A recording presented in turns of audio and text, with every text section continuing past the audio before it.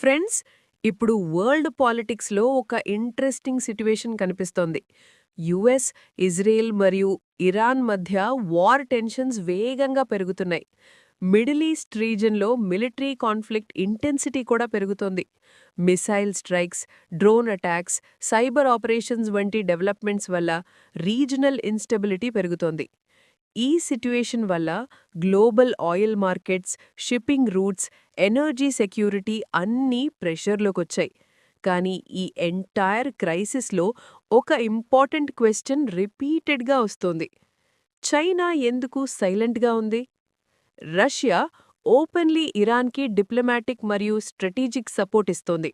కానీ చైనా మాత్రం very limited reaction మాత్రమే ఇచ్చింది. China statements mostly peace, stability, dialogue గురించే ఉన్నాయి. అయితే చైనా నిజంగా న్యూట్రల్గా ఉందా, లేక ఇది ఒక స్ట్రాటజిక్ సైలెన్సా? ఈ వీడియోలో మనం చైనా ఫారెన్ పాలసీ వెనుక ఉన్న యాక్చువల్ జియోపొలిటికల్ క్యాలిక్యులేషన్స్ అర్థం చేసుకుందాం. China strategic silence. China foreign policy generally pragmatic approach follow చేస్తుంది. అంటే ఐడియాలజీ కన్నా నేషనల్ ఇంట్రెస్ట్కి ఎక్కువ ప్రయారిటీ ఇస్తుంది. Cold war time